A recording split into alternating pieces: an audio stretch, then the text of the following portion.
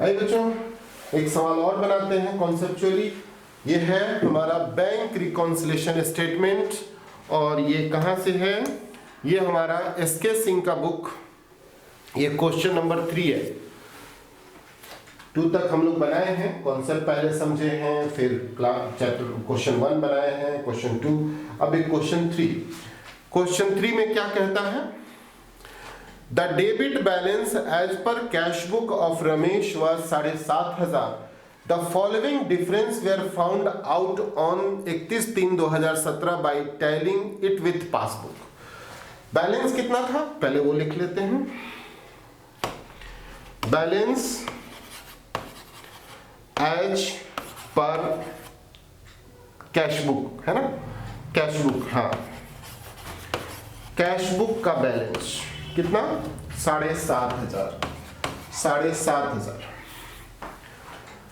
अब कुछ आइटम इसमें ऐड होगा, कुछ आइटम माइनस होगा। ऐड और लेस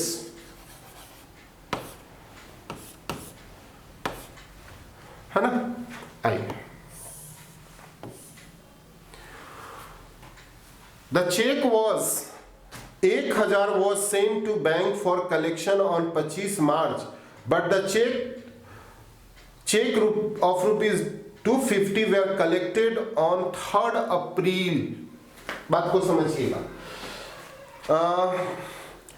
1,000 का कहता है cheque of rupees 1,000 was sent to bank for collection।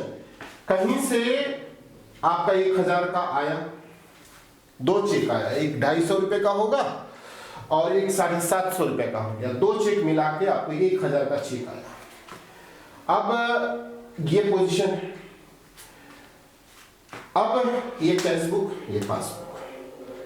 कहीं से आपका 1,000 का चेक आया तो आपका जो कैश बुक का बैलेंस बढ़ गया वो 1,000 से बढ़ा, ठीक। लेकिन कहता है कि 250 वेयर कलेक्टेड। कलेक्शन हुआ है, लेकिन वो कब हुआ है? 3rd अप्रैल को हुआ है, यानी 31 मार्च तक नहीं हुआ है। यानी आपका कैश का बैलेंस यहाँ 1,000 बढ़ा है, लेकिन पासबुक का बैलेंस 750 ही बढ़ा है। इस पोजीशन में 750 बढ़ा है, इधर 1,000 बढ़ा है, इधर 750 बढ़ा है, यानी अभी भी 250 से डिफरेंस है। अब मिलाना किसको है? कैश बुक को पासबुक से या पासबुक को कैश बुक से? कैश बुक को पासबुक से, तो 250 कम करना पड़ेगा, मिल जाएगा।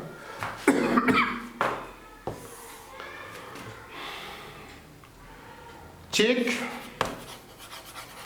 डिपॉजिटेड बट नॉट कलेक्टेड, कितना? 250, ठीक है।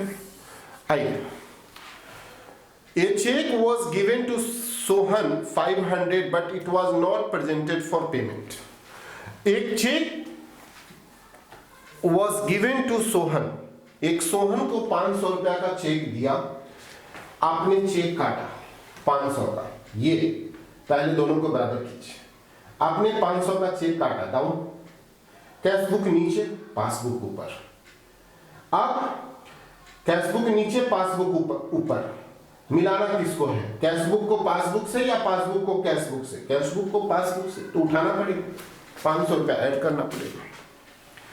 Check issued but not presented. Check issued but not presented, कितना? 500, ठीक है। Next, the dividend 500 was collected by bank but it was not recorded in the cash book। एक और ये पोजीशन, बैंक ने कहीं किसी कंपनी में आपने शेयर खरीद रखा था, वहां से 500 रुपया का चेक आया डिविडेंड के रूप में और बैंक ने जमा कर दिया। तो बैंक में जब जमा हो जाएगा तो पासबुक ऊपर उठ जाएगा, पासबुक का बैलेंस बढ़ जाएगा, आपका घटा हुआ है। अब मिलाना किसको किससे? कैश बुक को पासबुक से, तो उठाना पड़ेगा, इसको ऐड कर दीजिए। डिविडेंड कलेक्टेड बाय बैंक, कितना? डिविडेंड कलेक्टेड बाय बैंक कितना? 500। चलिए एक और,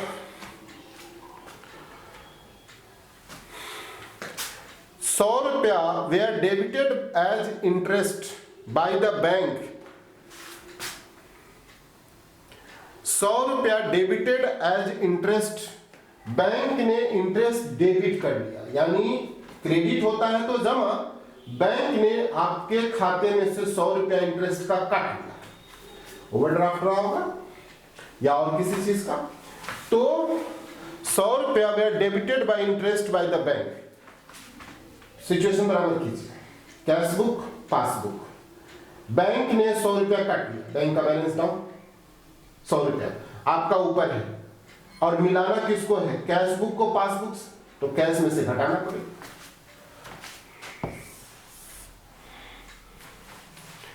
क्या लिखेंगे? Interest debited by bank, interest debited by bank 100। Next,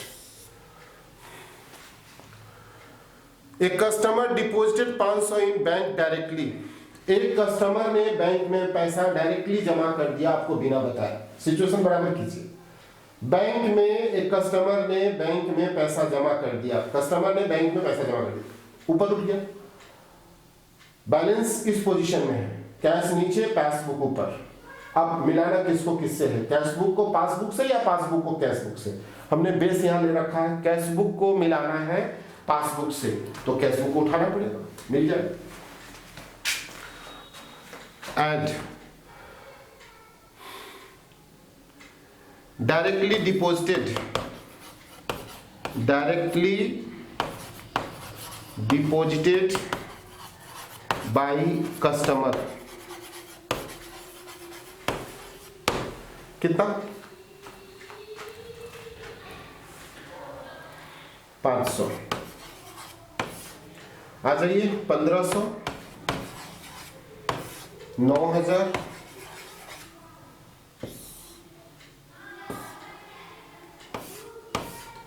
350, 9000 में से 350 चला जाएगा तो 8650। देख लीजिए आंसर, 8650, 8650। अब यहां लिखेंगे क्या? बैलेंस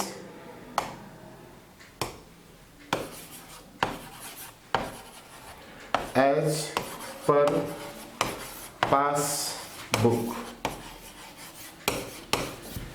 बात समझ में आ गई? ये आपका सवाल कंप्लीट, और कॉन्सेप्ट वाइज हम लोगों ने बिल्कुल बनाया, कभी भी रटिए मत। हम बार बार कहते हैं किसी भी चैप्टर में रटने की जरूरत नहीं है, आप कॉन्सेप्ट समझिए। अगर ऑनलाइन आपको यूट्यूब पर देख करके, फेसबुक पेज पर देख करके कॉन्सेप्ट समझ में आ जाता है, नहीं तो आइए हमारे कैंपस में, हम आपको एकदम आपके अकाउंट्स आपके अंदर डाल देते हैं। थैंक यू बच्चों।